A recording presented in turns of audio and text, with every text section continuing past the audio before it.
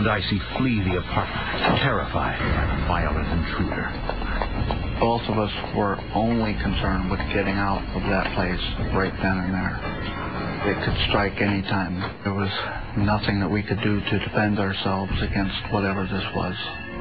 They contact the Washington Ghost Society again. But this time, the Spencers hope to convince them that they are truly victims of the paranormal. That day, investigator Shannon Stidman meets with the frightened couple. Well, it certainly seems like a lot has gone on since that first email you sent. And it's apparent that what struck me most about Bill and Icy's story was that events were escalating. It was becoming dangerous to live there. So that's when we got involved. I have a few theories about what I think might be going on, based upon what you've told me so far. One of the first things that you mentioned was that the apartment had been renovated. That stuck out to me from the very beginning. Is that important?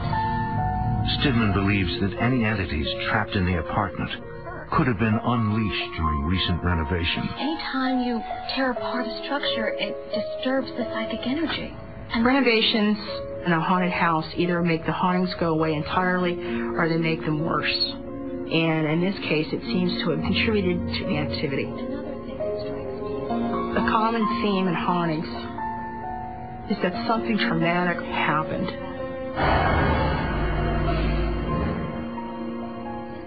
The image seen by Bill was a sign there was something definitely going on in there.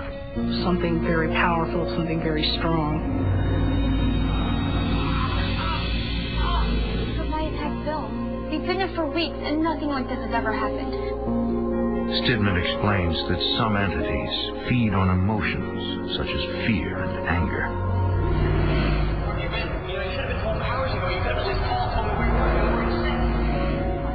The negative energy gives them the ability to intensify the activity.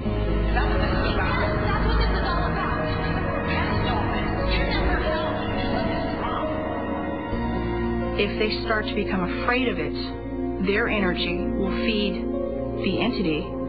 It will do something more dramatic, and it's just a matter of time before something harms them physically in some way. So what do we do now? We go back. No. I can't go back there. But we need you there in case the investigators have questions. Icy is scared, but she realizes that this may be the only way to take back some control. It's like I was at their mercy. But I just didn't want these things to defeat me. Okay. We'll go back. But I'm not setting a foot in that apartment.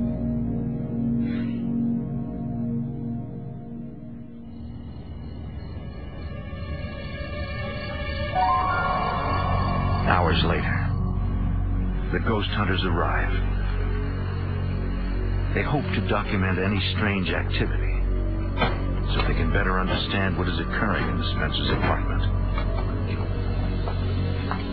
The investigative team includes 2 paranormal specialists and medium Lois Lee. I first started suspecting that I had psychic abilities when I was in my late teens. When I got a little bit older, I was able to describe ghosts that were in houses. Is that the psychic? Yes, but I prefer that you stay right here and have no contact with her until after she has finished her investigation of the house and grounds. We want her to be totally unbiased. The psychic goes in knowing nothing. We do not want her to be influenced by what we already know. We want to be sure that any vibes she gets, any impressions she gets are from her, not from things that she's been told. Can I have the key?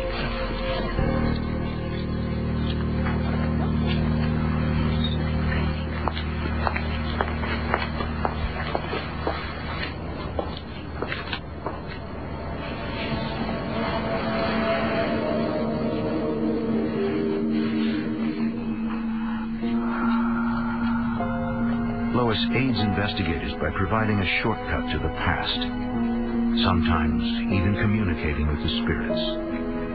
My procedure is to go into a place and start putting my hands on the walls or objects in the room to try and be able to see into the past. The images come to me pretty naturally. If I'm focusing hard enough, they can become so real that it's almost like they are there. I didn't feel anything. I didn't have my usual sensations that there was a spirit there.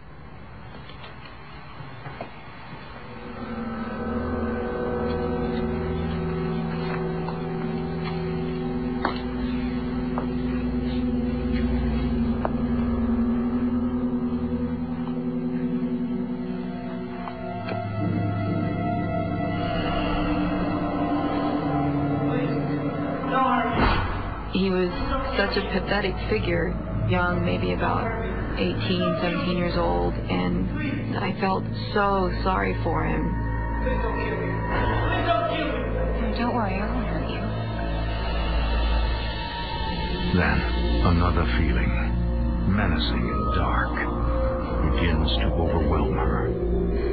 I started to feel myself changing.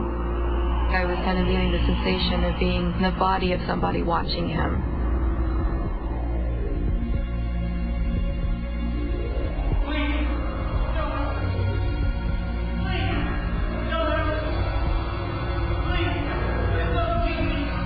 And I could feel in my hands a gun.